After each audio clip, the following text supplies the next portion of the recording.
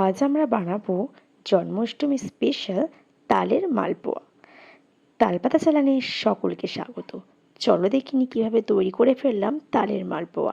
প্রথমে একটা কড়াইয়ের মধ্যে আমরা এক পরিমাণ মতন জল নেব, পরিমাণ মতন চিনি ও গোটা এলাচকে ফাটিয়ে একটা চিনির শিরা তৈরি করে নিতে হবে। এরপর আমরা অন্য একটি পাত্রে নিয়ে নেব চালের গুঁড়ি, ময়দা, পরিমাণ মতন চিনি ও পরিমাণ মতন নুন।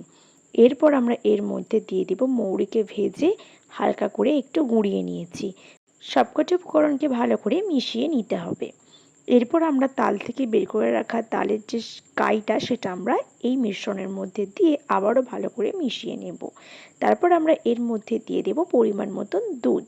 সবকটি উপকরণকে ভালো করে মিশিয়ে নিয়ে একটা ব্যাটার তৈরি করে নিতে হবে। আমার চ্যানেলে যারা নতুন আছো তারা অবশ্যই চ্যানেলটাকে সাবস্ক্রাইব করে দাও, আর যারা আমার ভিডিও নিয়মিত দেখো তাদের অনেক ধন্যবাদ। আর আমার এই ভিডিওটা যাদের ভালো লাগবে তারা অনেক অনেক কমেন্ট ও অনেক অনেক শেয়ার করো। আর আমাদের একমাত্র ফেসবুক পেজ তালপাতাকে অবশ্যই ফলো করে দেবে। এরপর আমরা একটা কড়াইয়ে নিয়ে নেব পরিমাণ মতন সাদা তেল। এবার তেলটা একটু গরম হয়ে গেলে আমরা এই ব্যাটারটাকে তেলের মধ্যে মালপোয়ার আকারে ছেড়ে দেব।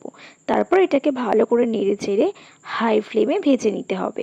এটাকে আমরা ব্রাউন করে একেবারে ভাজবো। দেখতে পাচ্ছ তোমরা আমরা নেড়ে চেড়ে কীভাবে করে ভাজছি। ঠিক এরকম যখন কালার ধরে নেবে তখন মালপোয়াটিকে গরম তেল থেকে তুলে আগে থেকে তৈরি করে রাখা চিনির রসের মধ্যে ডুবিয়ে 30 মিনিটের জন্য রেখে দিতে হবে। তাহলেই তৈরি হয়ে যাবে আমাদের সকলের ফেভারিট তালের মালপোয়া, যেটা জন্মাষ্টমী স্পেশাল তৈরি করা হয়েছে। আমার চ্যানেলে যারা নতুন আছে তারা প্লিজ চ্যানেলটাকে সাবস্ক্রাইব করে দাও, আর অনেক অনেক কমেন্ট ও অনেক অনেক শেয়ার করো। আর আমাদের একমাত্র ফেসবুক পেজ তালপাতাকে অবশ্যই ফলো করে দিও।